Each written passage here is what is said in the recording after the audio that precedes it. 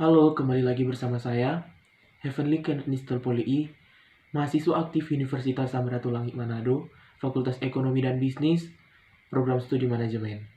Nah, video yang saya buat kali ini untuk memenuhi tugas mata kuliah Manajemen Teknologi dengan dosen pengajar Mem. Dr. Magdalena Wulur, SEMM. Kita masuk ke materi yang pertama, yaitu definisi manajemen dan teknologi. Pertama, definisi dari manajemen. Manajemen adalah proses perencanaan, pengorganisasian, pengarah, dan pengawas usaha-usaha para anggota organisasi dan penggunaan sumber daya organisasi lainnya agar mencapai tujuan organisasi yang telah ditetapkan.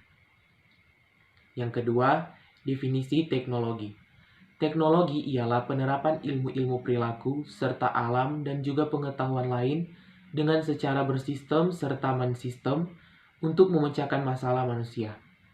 Pengertian teknologi ialah keseluruhan metode dengan cara rasional, mengarah serta memiliki ciri efisien dalam tiap-tiap kegiatan manusia.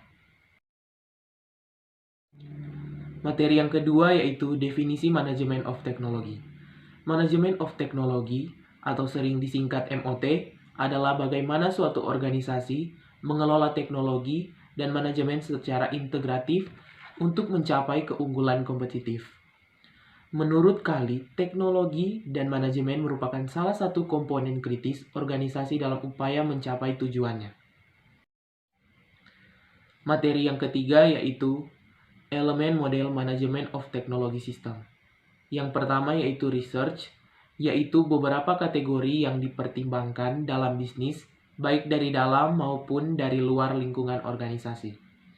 Yang kedua yaitu infrastruktur, yaitu hal penting dalam mendukung utilization dan viability of research. Yang ketiga aktivitas, yaitu kegiatan yang dilakukan dalam mencapai tujuan perusahaan dan mempengaruhi research dan infrastruktur yang ada. Materi yang keempat yaitu siklus manajemen of technology system. Yang pertama, pemikiran teknologi.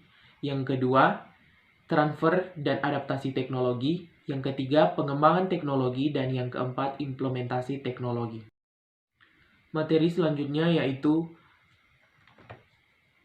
ruang lingkup manajemen of technology system.